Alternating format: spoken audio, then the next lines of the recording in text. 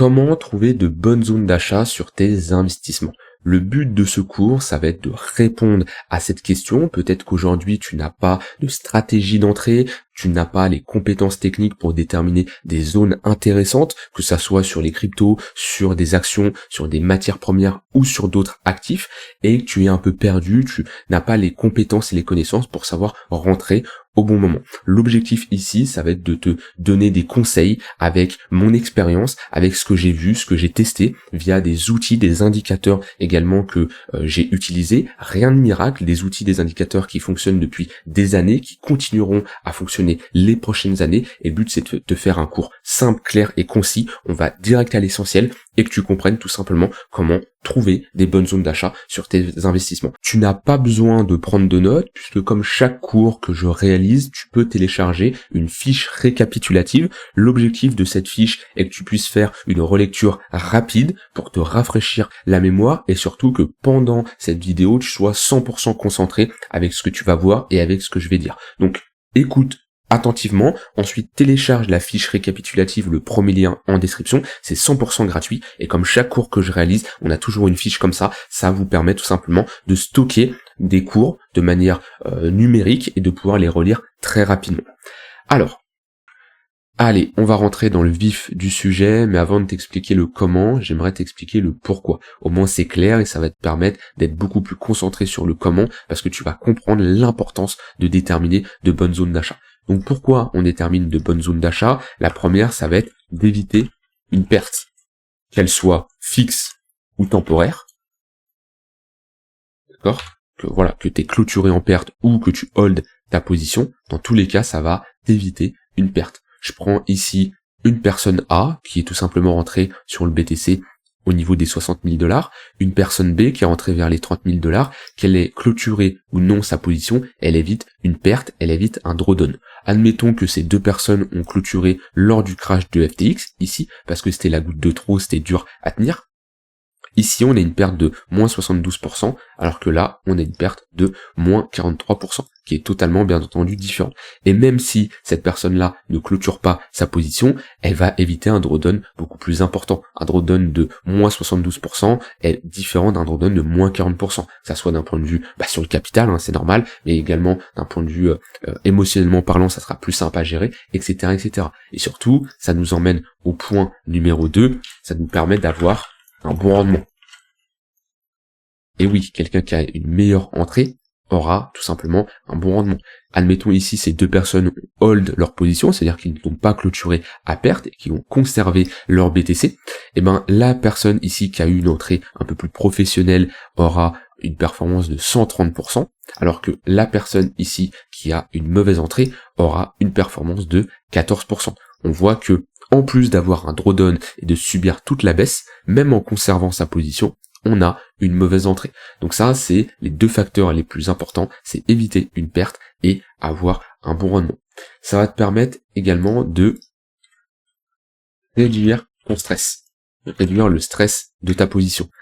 Puisque garder une position en plus sur du long terme, de voir qu'il ne se passe pas grand chose, en plus t'es sur un moins 70%, ça va t'éviter de réduire ton stress et de faire de potentielles erreurs, tout simplement. Parce que, pareil, une personne qui est plus 140%, 130%, et une personne qui a plus 13% alors qu'elle est en position depuis des années, c'est beaucoup plus compliqué à gérer émotionnellement parlant.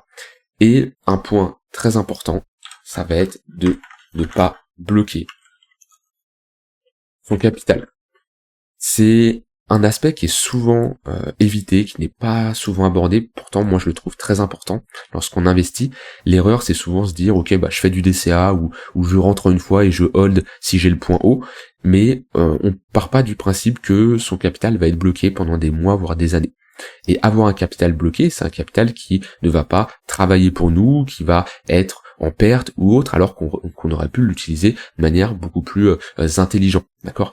Et c'est souvent le cas des personnes qui sont rentrées par exemple sur le top, qui ont eu un capital bloqué ici pendant, ça va faire 2 ans, et malheureusement, son capital n'a rien fait du tout. Alors que si il avait eu une bonne entrée, ou s'il avait tout simplement patienté pour avoir une bonne entrée, cette période où il aurait patienté, hein, ici, qui est de quelques mois, son capital aurait pu être utilisé de manière beaucoup plus optimisée. Donc c'est vraiment les 4 points que je voulais te faire comprendre sur pourquoi c'est important de localiser ces entrées. Ça va t'éviter une perte, qu'elle soit fixe ou temporaire, tu vas avoir un meilleur rendement, tu vas réduire ton stress, ça va t'éviter de ouvrir le téléphone tout le temps et quand on a une baisse de moins 15% paniquer, et ça va éviter de bloquer ton capital. Alors maintenant, on va voir le comment. Le comment déterminer de bonnes zones. Un investisseur professionnel, ce qu'il faut comprendre, c'est qu'il ne se place jamais quand on a un prix qui est totalement vertical, qui part comme ça to the moon, hein, qui est orienté fortement à la hausse, parce que c'est pas ici une entrée tout simplement professionnelle. Rentrer sur ces niveaux de prix-là, sur de l'investissement long terme, c'est compliqué et ça vous met dans une situation où si le prix se retourne, on ne respecte pas ce qu'on s'est dit avant, c'est éviter d'avoir une perte, avoir un bon rendement, etc., etc. Parce qu'on va se positionner sur un potentiel top de marché. Et c'est là l'importance d'utiliser des outils, des indicateurs, d'utiliser l'action du prix pour déterminer des zones de localisation pertinentes. L'outil que j'utilise le plus souvent sur du long terme, c'est Fibonacci. Fibonacci qui va être une suite mathématique et qui va nous permettre de déterminer des niveaux de retracement. Donc on a les 38,2%, on a les 61,8%, je parle pas des 0,5% parce que les 0,5% c'est pas Fibonacci, et les 78,6%. Alors nous, on va en utiliser que deux, on va utiliser les 0,118, les 0,786 et je vais en ajouter un ici, on va ajouter juste les 0,886. Hop, et on va enlever les 0,382. Les 0,382 qu'on va plutôt utiliser sur du trading pour faire de la continuation de tendance, mais c'est pas le but de cette vidéo. Donc voici notre Fibonacci, à quoi il correspond. Je l'ai pas précisé, mais quand on regarde sur du long terme, on se positionne en weekly, monthly. Le but, c'est pas d'aller sur du 1h15 minutes pour trouver une opportunité, on est plus sur du long terme. Donc, weekly, monthly, si on est sur des cryptos, si tu vas aller par exemple sur le S&P ou autre, tu peux aller te mettre en monthly, voire trimestriel, d'accord? Mais monthly, en général, c'est une unité de temps qui est très souvent regardée. Donc, je reste sur les cryptos, et ici, en weekly, on va pouvoir tout simplement déterminer des zones d'intervention. Parce que quand on a un prix qui pump, notre but c'est de se positionner sur un retracement. Comme je l'ai dit, on cherche à investir comme un pro, donc on va se comporter comme un professionnel, d'accord? Si vous vous comportez pas comme un pro, vous n'aurez pas des investissements dignes d'un professionnel, tout simplement. Donc, le but c'est, avec notre Fibonacci, de déterminer des zones qui vont nous intéresser pour se positionner sur du long terme. Alors oui, je l'ai précisé, on est sur du weekly, monthly, donc automatiquement, c'est pas des opportunités, on va pas en avoir toutes les semaines. C'est tout à fait logique, on va avoir des opportunités peut-être une fois dans l'année, peut-être 2 fois dans l'année, voire des fois une fois tous les 2-3 ans. Ça va dépendre de comment se comporte le marché.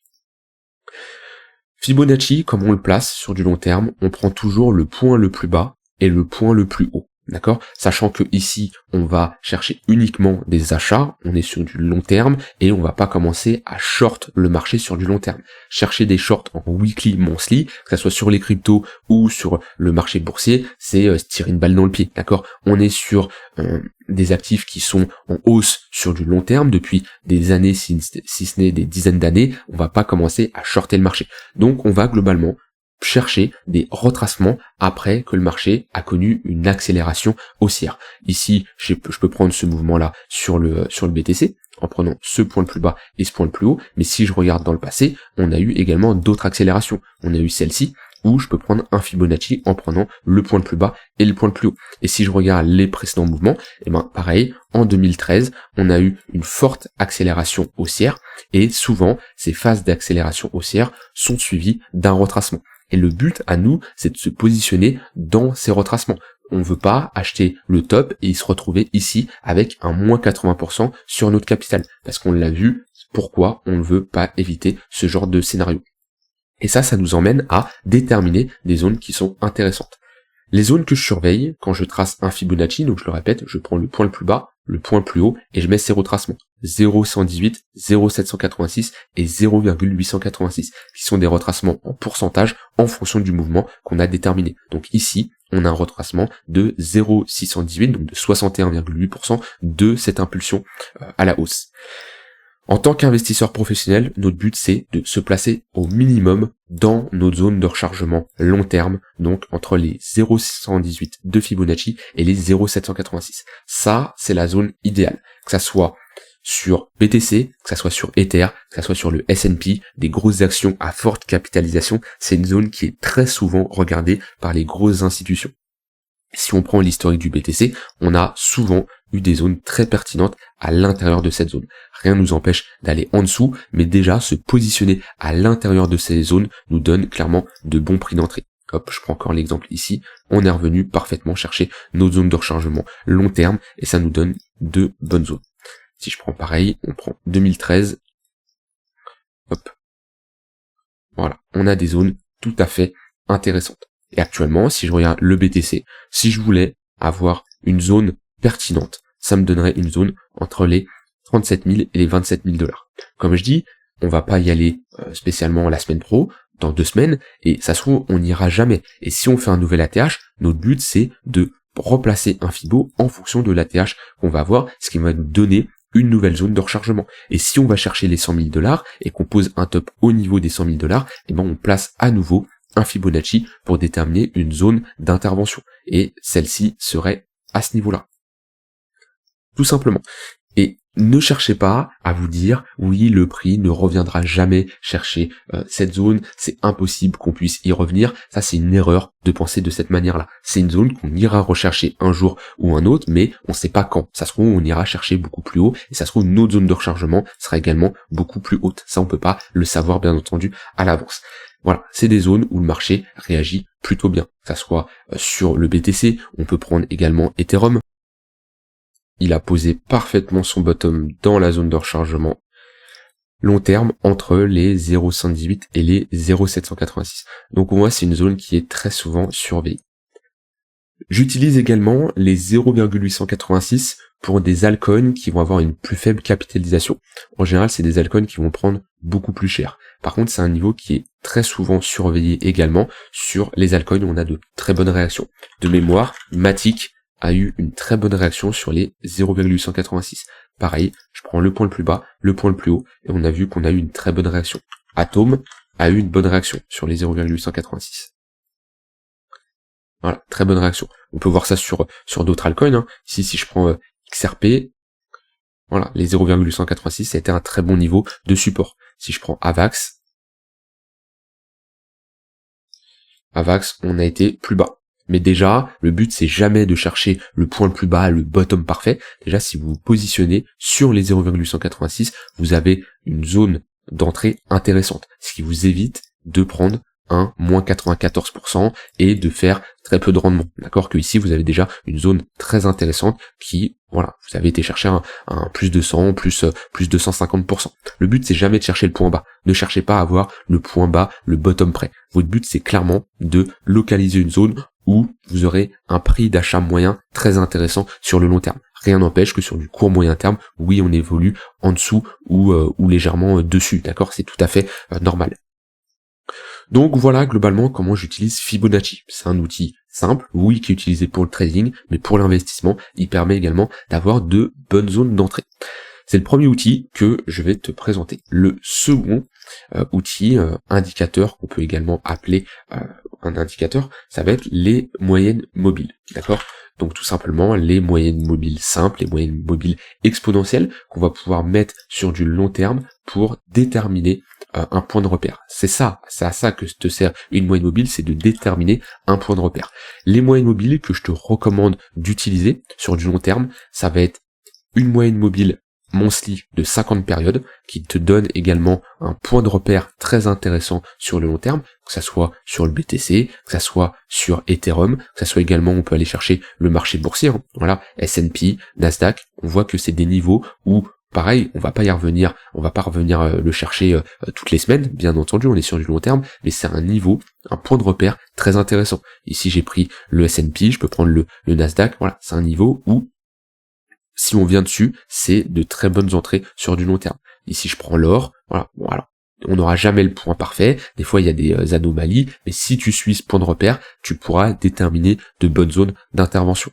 Je peux prendre le Dow Jones, voilà, c'est un point de repère très pertinent.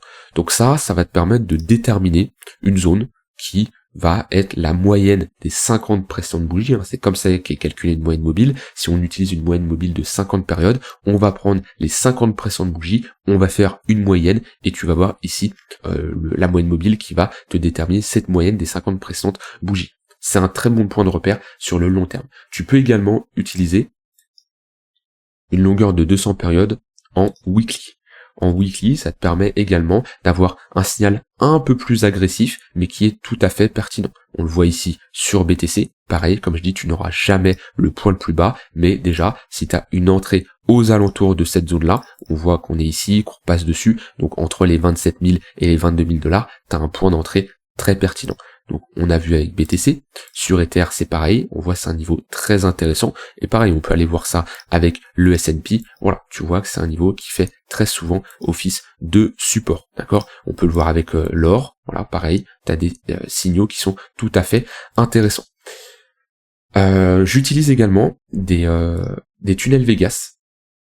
Alors, les tunnels Vegas, ça va être des moyennes mobiles qui vont former ici un ruban de 144, 169 et 233 périodes que tu peux retrouver en marquant multi-time frame tunnel Vegas ici, et ça va te former un ruban. Alors, j'utilise surtout sur du long terme le tunnel jaune, qui est tout simplement un tunnel daily, ok? Donc c'est-à-dire ça va être ces moyennes mobiles là que je t'ai dit sur l'unité de temps un jour. L'intérêt du tunnel Vegas, c'est que ça te permet de faire de l'analyse multi-time frame et de voir sur différentes unités de temps des différents points de repère. D'accord? Que je passe ici en daily 4 heures, les niveaux restent au même endroit, comparé à des moyennes mobiles classiques.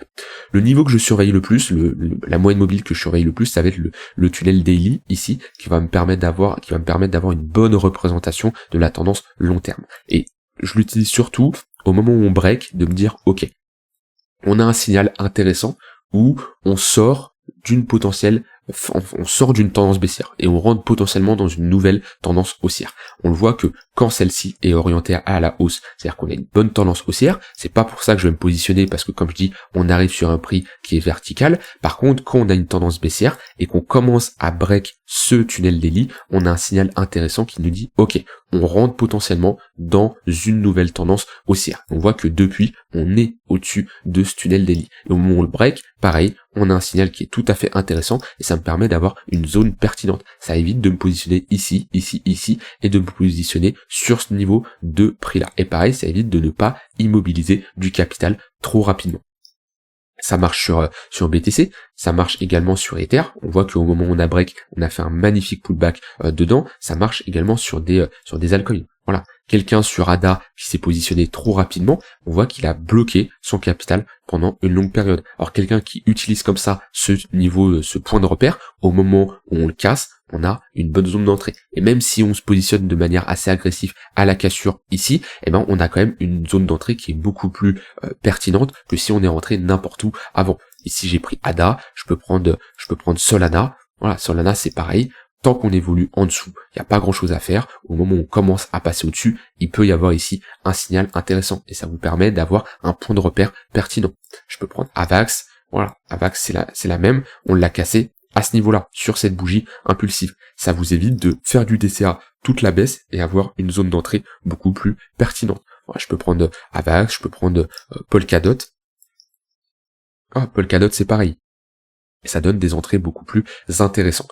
Donc voilà, globalement, le deuxième outil que je vais te recommander, c'est des moyennes mobiles. Alors pour beaucoup, c'est des indicateurs que vous connaissez déjà, des outils que vous connaissez déjà, et le problème c'est que vous voulez faire trop complexe. Vous voulez vraiment aller chercher l'indicateur miracle qui va vous permettre d'avoir le point le plus bas. C'est une erreur monumentale. Si vous cherchez le point le plus bas, le plus gros risque que vous allez faire, c'est de ne pas vous positionner et de rentrer quand ça sera trop tard. Donc on a vu Fibonacci, on a vu les moyennes mobiles long terme, et ce que je vais utiliser également, ça va être les gros supports weekly, voire monthly. Donc qu'est-ce que j'entends par des gros supports weekly, voire monthly? Ça va être des lignes de coude, une pattern de retournement. Admettons, on a une pattern en W. Ça, c'est une ligne de coup, c'est un niveau de support. Ça va être une épaule tête-épaule. Si on revient chercher cette zone, c'est un niveau de support. Ça va être également un précédent haut de range. Donc si on était dans un range qu'on a break, qu'on a cassé, ça c'est un niveau de support. Ok, même si on y revient beaucoup plus tard. Ça va être également un ancien ATH, comme on est revenu ici. Ça, c'est des niveaux très intéressants sur du long terme. Si je devais tracer les niveaux intéressants sur BTC qu'il y avait, on avait ce niveau de support là, mais c'est un niveau qui était, comme je l'entends, sensible, parce qu'il y avait de la liquidité en dessous. C'est pas le but de cette vidéo, mais c'est un niveau qui était quand même sensible. On avait quand même des chances de le break, et on avait cet ancien ATH. On avait également la ligne de coup de cette pattern là. Comme je dis, on va pas revenir chercher tous les niveaux de support, parce qu'après je peux en dessiner encore plus bas. On avait un niveau clé au niveau des 10 000 $, on va pas tous les rechercher. Mais le but c'est déjà de se positionner sur des niveaux très intéressants. Et l'ancien ATH, c'est un bon niveau. Donc je peux prendre ici BTC. Ether, on est revenu chercher également son précédent ATH. Donc on voit que en se positionnant sur un précédent ATH, on a également une bonne zone d'entrée. Pareil, vous n'aurez jamais le point le plus bas, mais vous aurez une zone très intéressante sur du long terme. Et si je prends d'autres cryptos, par exemple je peux prendre BNB, et ben on voit que BNB, ici, un bas de range comme ça, c'est un gros niveau important. Si je prends par exemple, on peut prendre ADA, on n'est pas revenu chercher un gros niveau de support ici. Alors, on peut voir ici un petit, mais c'est pas ça que j'entends par un gros niveau de support. Gros niveau de support, c'est vraiment une grosse structure, une grosse pressante accumulation. Avax, ok, Avax, on voit qu'on est revenu chercher ici un niveau assez important. Et c'était une bonne zone d'entrée. Dogecoin, on est revenu chercher ici le W, la ligne de coup de cette pattern en W. Où je l'ai dit tout à l'heure, les structures en W, les épaules tête-épaules inversées, les hauts de range qu'on break, ça c'est des niveaux intéressants. Si je regarde TRX, il est pas spécialement revenu chercher un niveau intéressant. Le niveau intéressant, il aurait été ici. Chainlink a fait un magnifique pullback ici sur une ligne de coup. On le voit bien, il est magnifiquement revenu chercher cette zone-là. Polkadot, on a ici une ligne de coup. Pareil, c'est une zone où on n'est pas spécialement parti, mais comme je dis, si on part pas du principe que l'actif ne performe pas et qu'on ignore ça, et on se positionne juste, on parle juste de la zone d'entrée, ça nous évite de prendre ici un moins 90%. Matic, on est revenu chercher ce niveau de support, mais ça reste assez léger, on n'avait pas spécialement grand chose. Alors qu'on n'a pas grand chose comme ça sur Matic, parce que pour revenir chercher un niveau de support, faut revenir chercher cette zone-là, sauf que c'est une target où on a très peu de chances d'y aller au vu de la performance qu'il a fait, et ben là on va utiliser plutôt des moyennes mobiles ou des retracements de Fibonacci. Ça marche sur Matic, ça marche également sur le S&P, sur d'autres actifs. On détermine des niveaux de support long terme, comme par exemple des lignes de coup ou autres, et ici je vais vous dire qu'est-ce que je vois par exemple comme gros niveau. Alors déjà je me mettrais plutôt en monthly sur le S&P, le Nasdaq et ce genre d'actifs. Par exemple là, si on reprend du début, on a ici la ligne de coup d'une pattern en W, et ça nous évite de rentrer n'importe où et de se manger un moins 58%. Donc au lieu de se manger un moins 58% pour la personne qui achète le top, elle va juste se manger au plus bas un moins 28%. Mais au moins déjà, elle aurait une entrée beaucoup plus intéressante. Et admettons, on regarde la différence d'entrée entre une personne qui s'est positionnée sur le pullback de cette ligne de coup, on est sur une performance de 500%. D'accord ? La personne qui a acheté le top ici, elle est sur une performance de 245%. On voit bien entendu la différence. Si je regarde sur le Dow Jones, pareil, ici on a eu le pullback de notre ligne de coup. Ici, on est revenu chercher quand même un niveau assez intéressant. Voilà, là on a un niveau de support, on a parfaitement méché dessus. Là c'est pareil, on est revenu chercher ce niveau de support là. Hop. Actuellement, un gros niveau de support, on en a un ici. Les précédents ATH, comme je vous le dis, les précédents ATH, c'est des niveaux intéressants. Là, on a un précédent ATH, là, on a un précédent ATH, les précédents gros sommets majeurs. Donc là, je peux prendre l'or également. L'or, c'est pareil. Là, on a un précédent ATH. Alors là, on va être sur des retracements beaucoup plus faibles, bien entendu, moins 15%. Qu'est-ce que je peux regarder? Là, on a un précédent sommet qu'on n'a pas spécialement été touché. Là, on a un gros support. Bon, malheureusement, on n'y est pas retourné. C'est pas parce qu'on a un niveau de support qu'on va absolument retourner dessus. Là, on a également un niveau de support. Si on y va dans les prochaines semaines, prochains mois, ça sera également un niveau intéressant à surveiller. Si je prends l'indice du dollar, voilà, là, on voit qu'on a des lignes de coup. On a ici un gros niveau de support. Ça, c'est des gros niveaux intéressants à surveiller. Bon, là, on va pas être sur de l'investissement. J'aurais pas dû aller sur l'indice du dollar. Mais voilà, ce que je veux vous faire comprendre, c'est que globalement, cherchez à vous positionner sur des précédentes zones d'accumulation, des lignes de coût. Voilà, ici, on a un exemple. Là, on a une ligne de coût. Et ouais, c'est surtout elle, la ligne de coût intéressante qui a surveillé. Je prends des actifs au hasard, hein, mais comme je dis, ce que vous devez retenir, c'est les précédents ATH, les lignes de coût des structures en W, des épaules tête épaules inversées, les hauts de range. Et là déjà, vous avez de bonnes zones pour vous positionner sur du long terme. Et bien sûr, on regarde ça qu'en weekly et qu'en monthly. Voilà globalement les trois que je voulais vous présenter. Maintenant, attention, c'est bien d'avoir cette connaissance technique, mais il faut autre chose que de la connaissance technique. Parce que oui, le technique c'est intéressant parce que vous allez tracer vos zones, mais si vous n'êtes pas patient, si vous n'avez pas cette capacité à respecter votre plan, etc., ça ne va pas fonctionner. Donc si je devais vous donner des choses que vous devez avoir en plus que ces outils, ces trois outils que je vous ai partagés, c'est déjà avoir beaucoup de patience.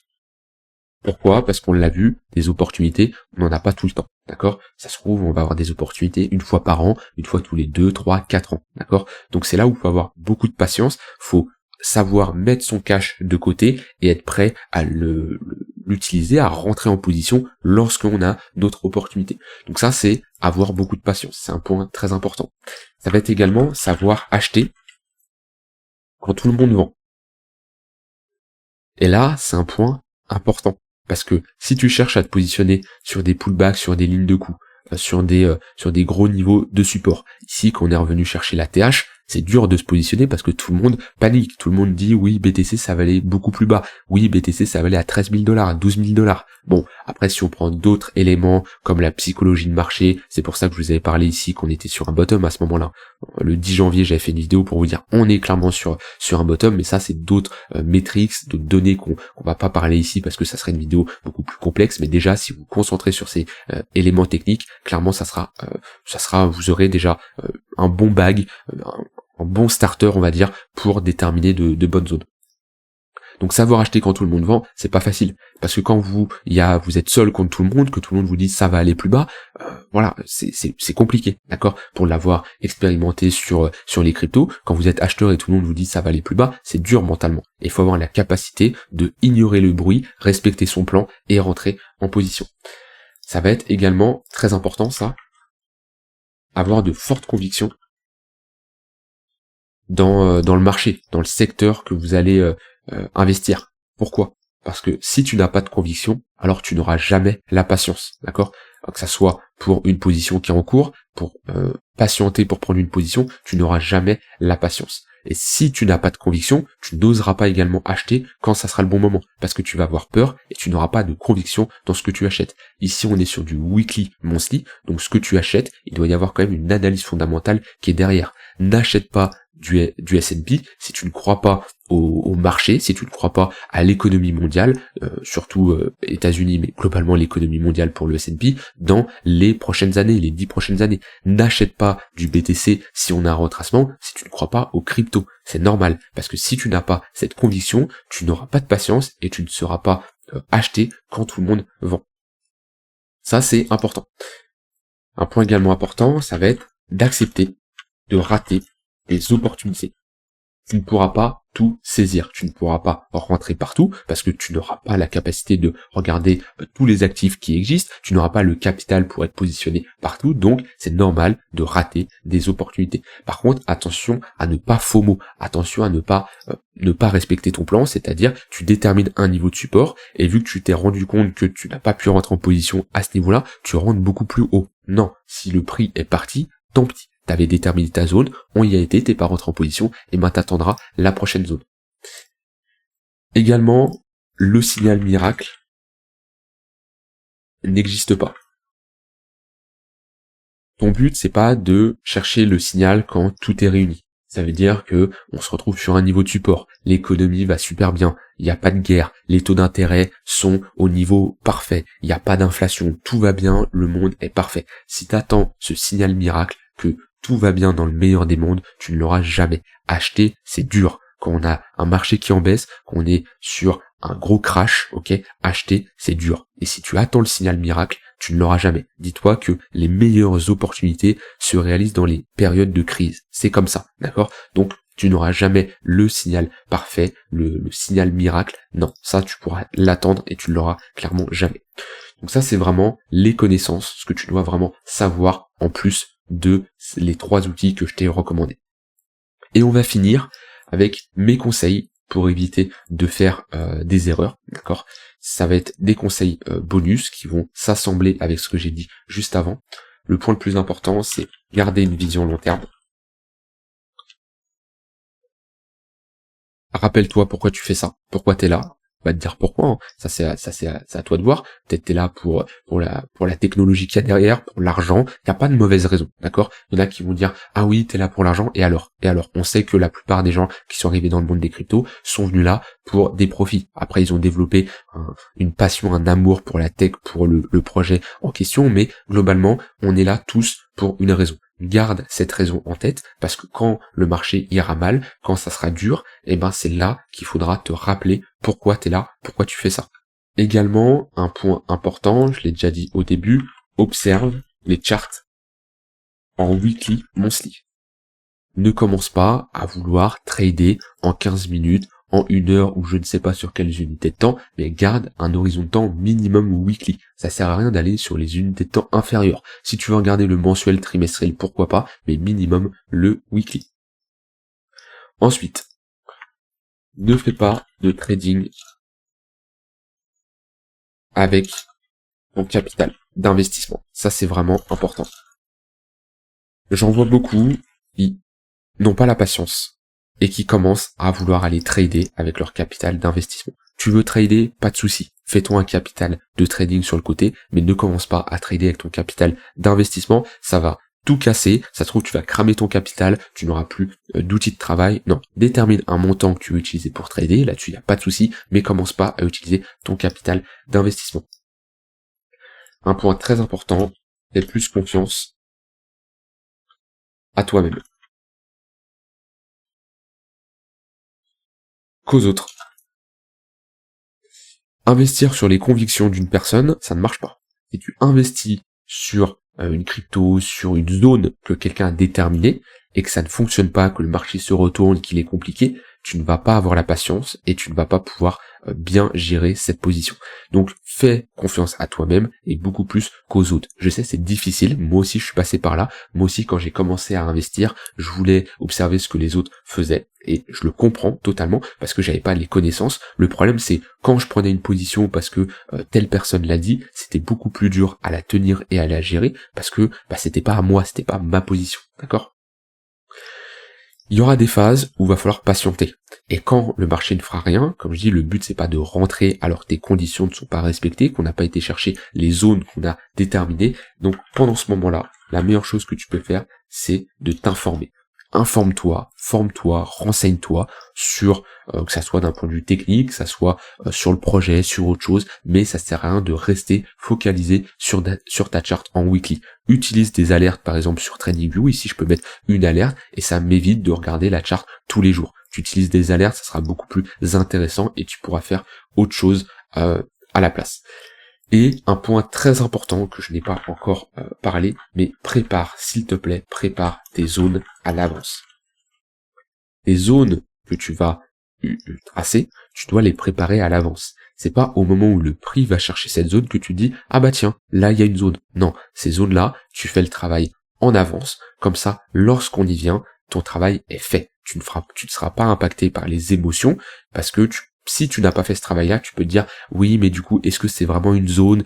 Et ben, tu vas te laisser impacter par la baisse du marché. Que si tu as déjà fait ce travail, tu sais que là, tu avais tracé une zone, tu avais placé une zone, tu peux rentrer en position. Alors attention, une zone, oui, c'est un niveau où on est susceptible de réagir. Maintenant, c'est jamais sûr à 100% qu'on va réagir dans cette zone-là. Et c'est pour ça que moi, j'aime bien coupler une zone d'intervention avec un affaiblissement vendeur et une réaction acheteuse. C'est ce que je veux quand on est dans une zone qui m'intéresse, c'est avoir des vendeurs qui s'affaiblissent et des acheteurs qui se manifestent. Et quand j'ai ça, j'ai un signal beaucoup plus puissant. Alors je vais pas rentrer dans les détails dans ce cours-là sur comment voir un affaiblissement vendeur et une réaction acheteuse. Si ça t'intéresse, je t'invite à creuser de ton côté. Et si tu le souhaites, j'ai une formation très complète sur l'investissement en crypto-monnaie où tu auras tous les éléments pour rentrer en position sur des cryptos, les meilleurs cryptos, avec des entrées très précises et te construire un portefeuille sur le long terme.